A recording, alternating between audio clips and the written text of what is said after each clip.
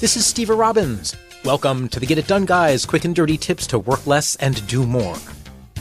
Why do things take so long? A few years ago, I did some work at a large organization that we'll call Honkin' Big Company Incorporated.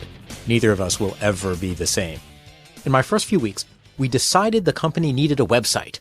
Great! I'd set up my own website for my coaching business, and it's really pretty easy. And by pretty easy, I mean that we can have a WordPress.com blog up and running in about 5 minutes. I know this because I've set up 3 this week for various projects. If you want to host it yourself, then it takes 15 minutes because you have to register the domain name and upload the files too. No, really, it only takes about 15 minutes. At Honkin' Big Company, it took over 6 weeks. Being a really curious kind of guy and being a get-it-done guy, I proposed a second website that should have taken 5 minutes. But this time, I watched closely to understand how 5 minutes turns into 6-week ordeals. The answer will shock you. Okay, not really. I've just been reading way too many clickbait headlines. Coordination creates delays. You see, when I asked one of the managers, "Can I create this WordPress site?" the answer was, "Sure, let me check with Sydney in branding," because it has to be on brand, of course. Sydney was on the last day of a vacation in Yellowstone Park. And when I sent a text, because that's what cell phones are about, right? Freedom from the office so that you can go on vacation and your coworkers can still expect to reach you even though you're free, right? That's cell phones. Sid promised to have the branding materials to me by Friday. Friday came and went. No branding materials from Sydney. I sent an email. No response. Then Sydney wrote back saying, "How about next Thursday?" Thursday also came and went. We rescheduled several times. It took 5 weeks, 6 days, 23 hours, and 45 minutes to get the branding materials, and then in the remaining 15 minutes, I got the site up and running, elapsed time 6 weeks. Other people don't have your best interests at heart. The culprit was the same culprit that causes all of our problems. Other people. Especially in larger companies, even simple decisions need to be slotted into the corporate machinery, since other parts of the company will be affected by your decisions. Every one of those people has different priorities from you, and your decision is an interruption in every one of their lives. It's almost certainly not top priority, which means getting you what they promise is likely to be pretty low on their priority list, unless they actually believe keeping work promises is important, but that's so rare that we needn't even consider that possibility. The more people who have to be involved in a decision, the more you must contend with all of those broken promises. But what if you had a way to structurally make sure they'll keep their promises? What if, indeed? Respect people by giving them slack. So first, get people on your side. That means showing respect for them and their priorities. If you texted Sydney on vacation and said, "You lazy slacker, you need to make sure someone gets me those branding materials or I'll arrange to have you roasted alive in a geyser and fed to a bear," you would be unlikely to get eager cooperation.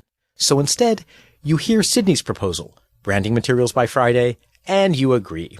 This gets Sydney on your side. You honor their priorities by letting them set an initial deadline. You've honored them. You trust them. And now you've just got to add one teensy-weensy little tweak to the plans. You say, "Great, Sid.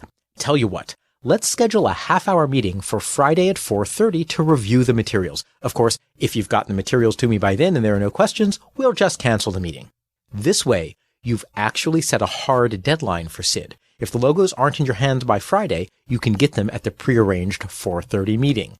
In the absolutely worst-case scenario, you'll still have what you need.